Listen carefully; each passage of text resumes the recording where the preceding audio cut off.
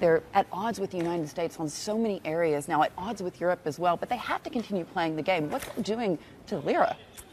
I think that's part of the story, but I don't think that's what's actually driving the currency. That's a kind of background story that's been going on for a little while, but I think it's really an urgent problem about the central bank credibility, and when the president steps in and kind of casts further doubt on that. We've had issues with the central bank, I suppose, and their policy credibility really over the last couple of years. As you mentioned, inflation is too high. That's a long-standing problem in Turkey, and so the markets have become focused on the external financing needs of the country, which are very, very large.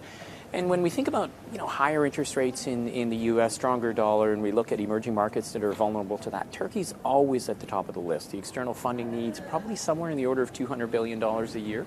So more than twice what their foreign exchange reserves are. So there's an ongoing need to access international financing in Turkey, which we don't see to the same degree in other emerging markets, hence the focus. So Turkey, of course, in the headlines in the last couple of weeks in particular, of course, President Erdogan doing a lot of interviews. He's trying to be very, very vocal about what's going to happen next in terms of that economy and what his vision is. And of course, he was credited with all of that economic growth we saw for that decade. But it's interesting, I think, you're saying it's background noise. But at the same time, the influence on the central bank and the fact that there is at least a perception that it isn't an independent central bank is really damaging. Yeah, that's been a big part of the problem, I think, is, central banks, they depend on two things, the policy actions that they take and then the credibility of the central bank itself. The more credibility you have, the less you need to do on the action side. So when politicians begin to interfere or are seen as interfering or expressing views about the central banks, calling into question their independence, then markets begin to question whether they'll raise interest rates in an appropriate fashion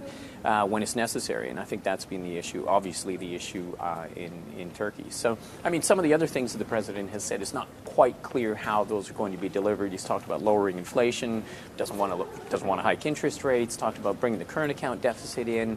But we're also talking about fiscal expansion, which those two things kind of go in opposite directions. So I think it's a bit muddled in terms of the overall policy framework. I think it's interesting.